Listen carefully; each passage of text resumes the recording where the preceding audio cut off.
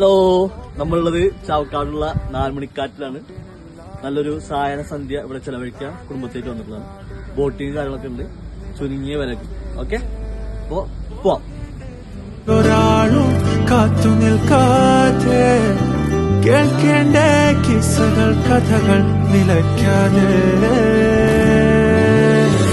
ചിറാപ്പുഞ്ചി മഴ. Hello guys, നമ്മളുള്ളത് ചാവക്കാട് 4 മണിക്കാറ്റിലാണ്. ഇതാ നോക്കിക്കോളി.